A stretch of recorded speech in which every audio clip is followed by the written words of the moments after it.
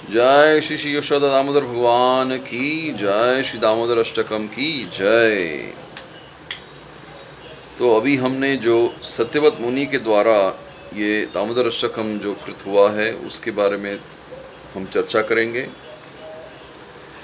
जिनका सर्वेश्वर सच्चिदानंद स्वरूप है, जिनके कपालों पर मकराकृत कुंडल हिल रहे हैं, जो गोकुल नामक दिव्य धाम में परम शोभायमान हैं, जो दही भांड फोड़ने के कारण माँ यशोदा के डर से उखल से दूर दौड़ रहे हैं, किंतु जिन्हें जिन्हें माँ यशोदा ने उनसे भी अधिक वेगपूर्वक दौड़कर पकड़ लिया है, ऐसे भगवान दामोदर को मैं अपना विनम्र प्रणाम करता हूँ।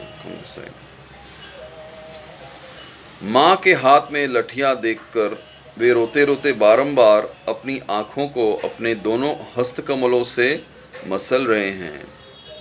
उनके नेत्र भय से विह्वल हैं। रुदन के आवेश से सिसकियाँ लेने के कारण उनके त्रिरेखायुक्त कंठ में पड़ी हुई मोतियों की माला कंपित हो रही है। इन परमेश्वर भगवान दामोदर का, जिनका उदर रस्सियों से नहीं अपितु यशोदा माँ के वात्सल्य प्रेम से बंधा है, मैं प्रणाम करता हूँ।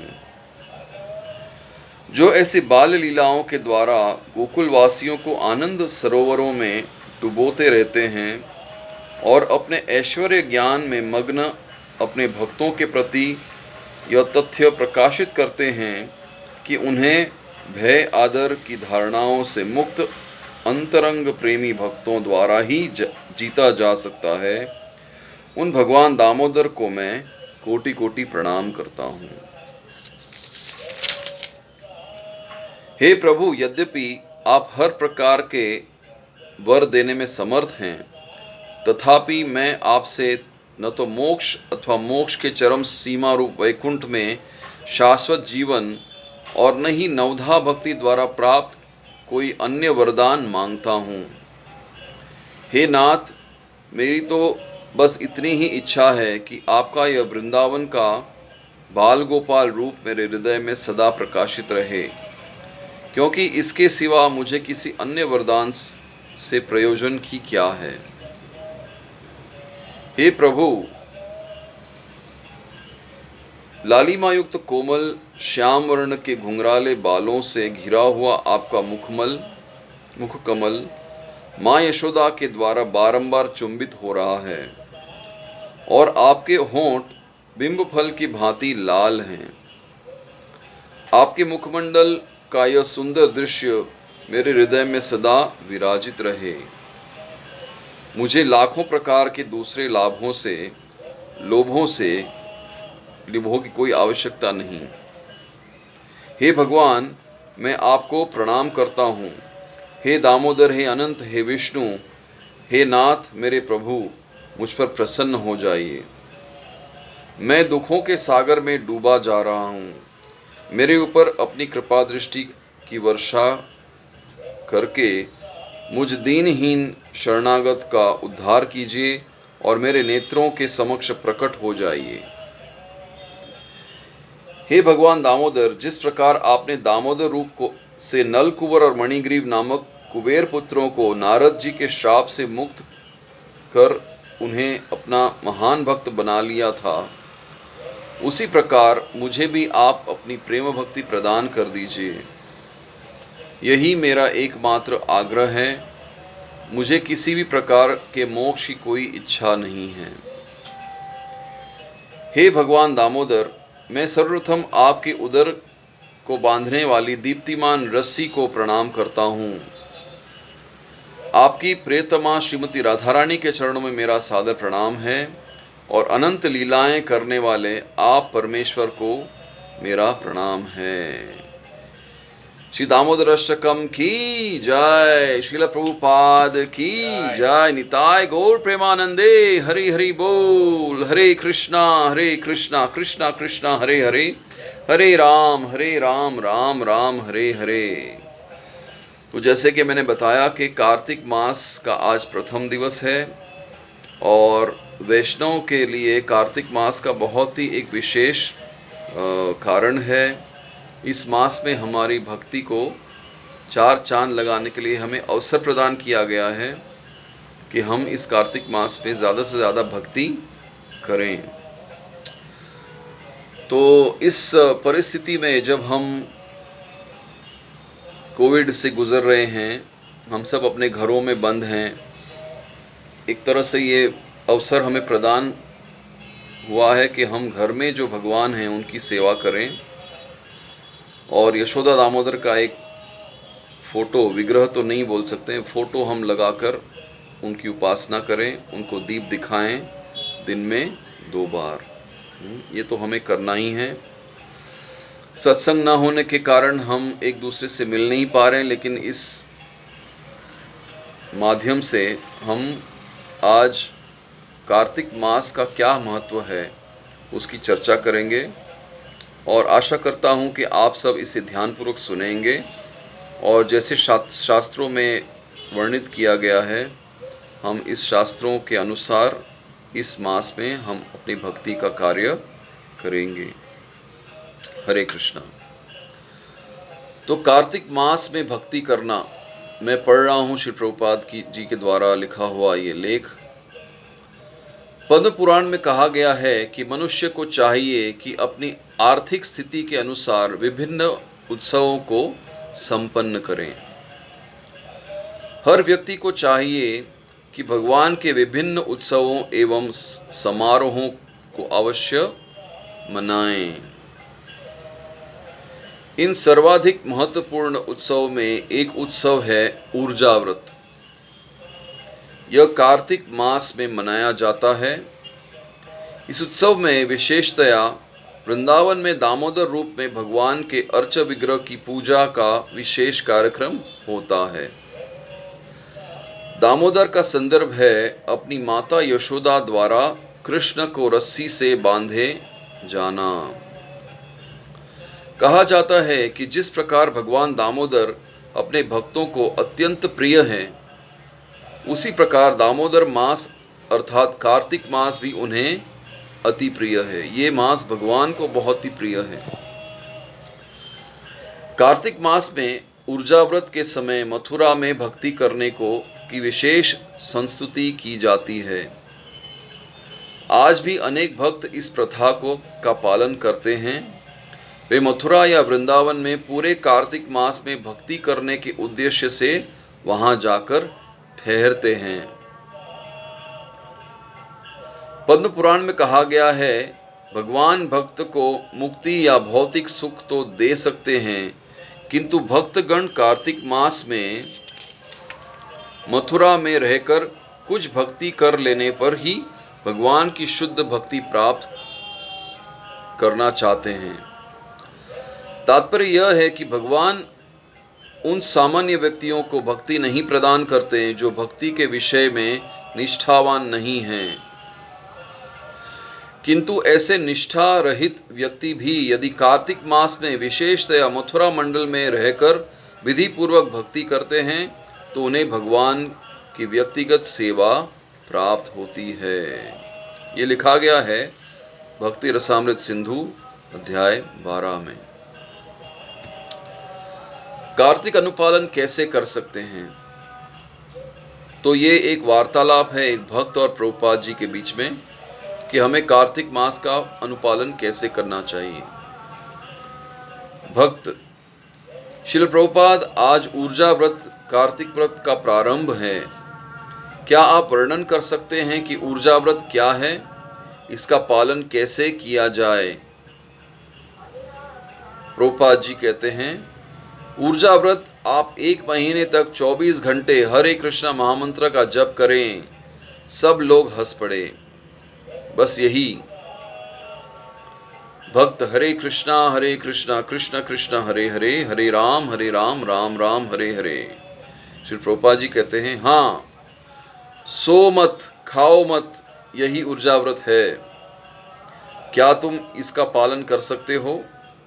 तो यही प्रश्न हम आपसे पूछते हैं कि हमें सोना नहीं है और खाना नहीं है, केवल हरे कृष्ण महामंत्र का जप करना है, यही ऊर्जा व्रत है।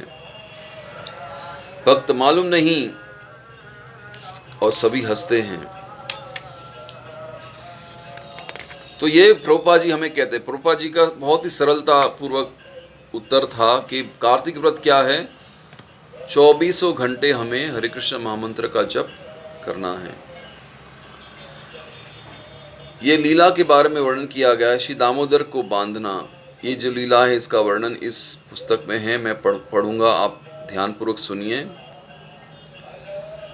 कार्तिक के महीने में बहुत से शुभ उत्सव मनाए जाते हैं। आप सबको पता है कार्तिक में बहुत सारी लीलाएं भगवान ने की हैं।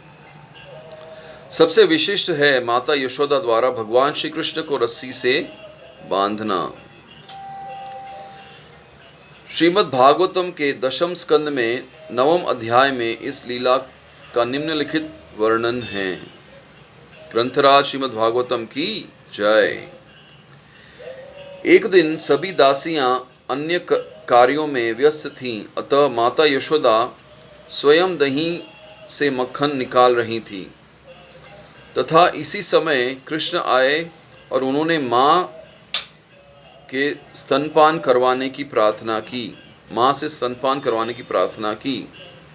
स्वाभाविक था माँ यशोदा तुरंत कृष्ण को दूध पिलाने लगी, परंतु तभी उन्होंने देखा कि चूल्हे पर दूध उबल रहा था और इसलिए उन्होंने तुरंत श्री कृष्ण को स्तनपान कराना बंद किया और चूल्हे पर रखे दूध को बाहर गिरने से बचाने के लिए दौड़ पड़ी। श्री कृष्ण को स्तनपान करने में बाधा अच्छी नहीं लगी। वे बहुत क्रोधित हो उठे। उन्होंने एक पत्थर उठाया और दूध बिलोने की मटकी पर दे मारा तथा उसे तोड़ दिया। फिर वे कमरे में घुस गए तथा ताजा निकाला हुआ मक्खन खाने लगे। जब माता यशोदा उबलते दूध को संभालकर वापस लौटी तो टूटा हुआ बर्तन देखा।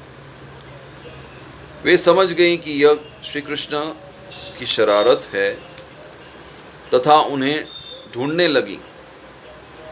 जब वे कमरे में घुसी तो देखा श्री कृष्ण एक बड़ी उखल पर, उखल जो जिसे कहते हैं मसाला पीसने का की ओखली, खड़े थे। उखल उल्टी करके वे झूले पर लटकते हुए बर्तन से मक्खन चुरा रहे थे तथा बंदरों को बांट रहे थे। तब तक बहुत सारे बंदर वहां आ चुके थे तो बंदरों को बांट रहे थे। जैसा श्री कृष्ण ने देखा कि उनकी माँ आ गई हैं, वे तुरंत उखल से उतरकर भागने लगे, क्योंकि वो समझ गए कि माँ ये सब देखकर, यशोदा मैया ये सब देखकर क्रोधित हो जाएंगी और इसलिए वो भाग गए। वे तुरंत उखल से उतरकर भागने लगे। कुछ ही समय में यशोदा मैया कृष्ण को पकड़ने में सफल हो गईं। एक तरह से कह सकते हैं कि भगवान ने अपने आप को यशोदा मैया के प्रति समर्पित कर दिया। भगवान को वैसे कोई पकड़ नहीं सकता है। जो अपने अपराध के कारण रो रहे थे, हाँ, स्वाभाविक था कि यशोदा मैया ने श्री कृष्ण को सजा देने के लिए धमकी दी तथा उन्हें रस्सी से बांधने का निश्चय किया। दुर्भाग्यवश जब रस्सी की गांठ लगाने का समय आया तो वह रस्सी लंबाई में 2 उंगली छोटी पड़ गई। जब यशोदा मैया ने उसमें और रस्सी जोड़कर श्री कृष्ण को बांधने का प्रयास किया तो वह पुनः 2 उंगली छोटी रही। वह बार बार प्रयास कर रही थी तथा रस्सी बार बार 2 उंगली छोटी पड़ रही थी।